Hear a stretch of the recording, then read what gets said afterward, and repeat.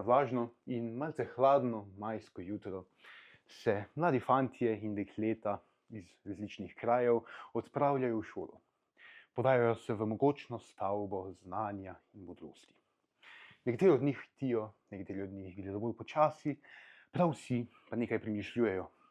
Razmišljajo o svojih tegobah, radostih, sanjah in upanjih.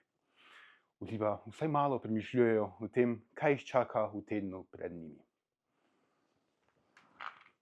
Da pa bodo malce manj negotovi, so tu za njih GCC novice. Zaradi neoptimalne vremenske napovedi odpade jutrišnji športni dan, zato bo pouk potekal v popoldnevskih urah.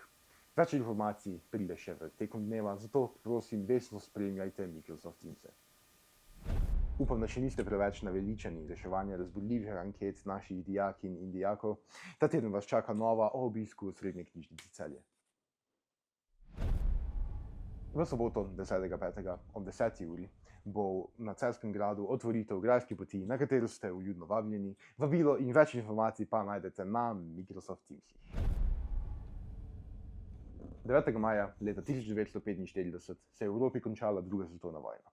Tako letos, za dan zmage, praznujemo 80-letnico konca druge svetovne vojne, ker pa je prav, da se tega dogodka spominjamo, ga bomo obeležili tudi na naši gimnaziji z okroglo mizo, katere osrednji gost bo gospod Zoran Klemen, ki bo z nami delil svojo izkušnjo v drugi svetovni vojni kot partizan.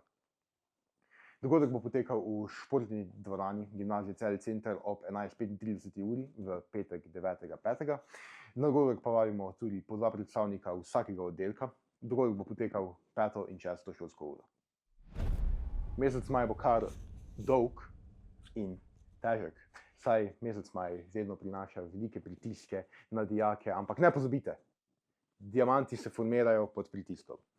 Zato se svetlite ta teden in hvala, ker ste gledali GCC novice.